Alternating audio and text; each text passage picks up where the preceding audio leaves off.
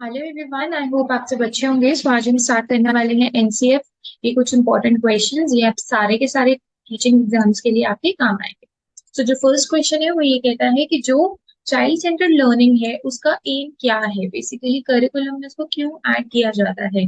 बच्चे की मोटिवेशन को स्ट्रॉन्ग करने के लिए, डिस्कवरी और एक्टिव लर्निंग के लिए, responsibility for one own learning, या ऑल ऑफ द अबव। तो सारे ही आंसर ठीक है।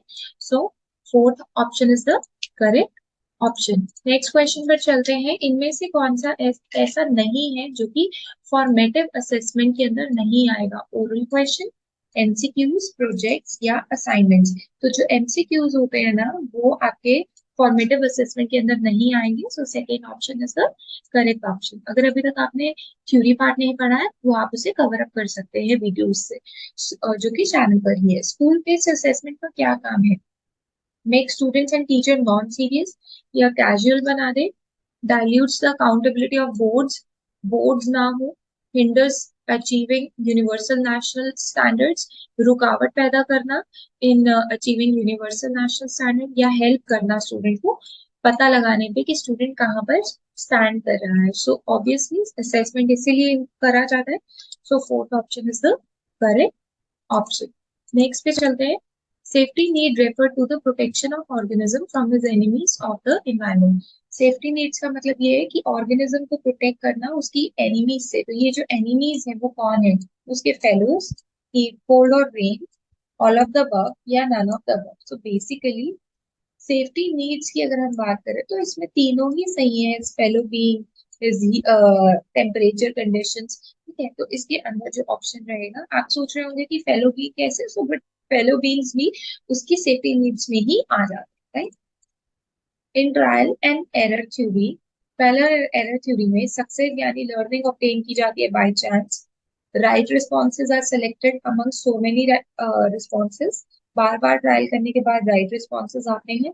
The organism reaches to the point of success slowly, धीरे धीरे वो सक्सेस की तरफ बढ़ता है या ऑल ऑफ द अबव।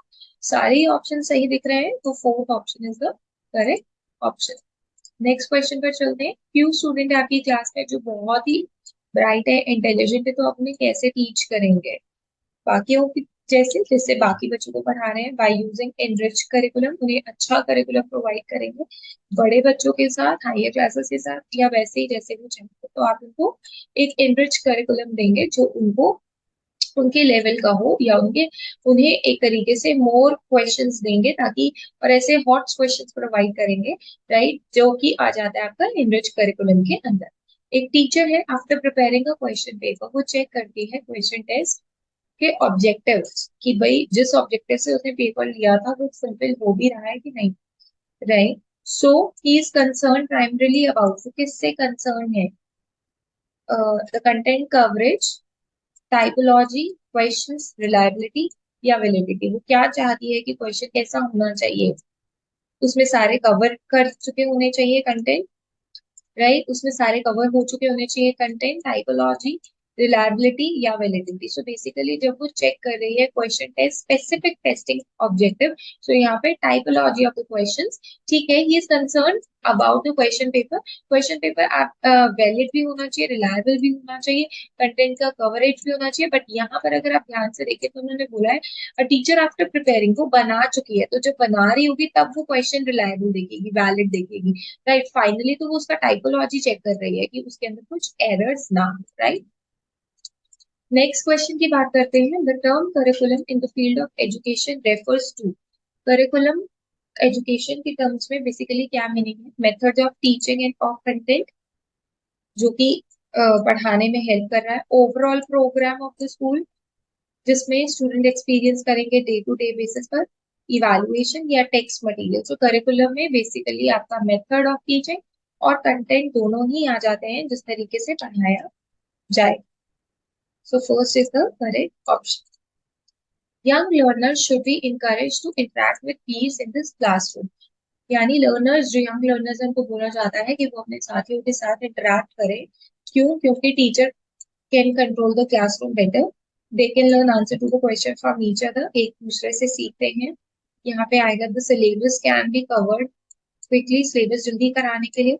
या वो सोशल स्किल्स सीखेंगे. सो बेसिकली बच्चा एक दूसरे से सीखता है, पीयर से सीखता है, इसलिए second option is the correct option. According to NCF errors जो है वो इम्पोर्टेंट है. क्यों इम्पोर्टेंट है?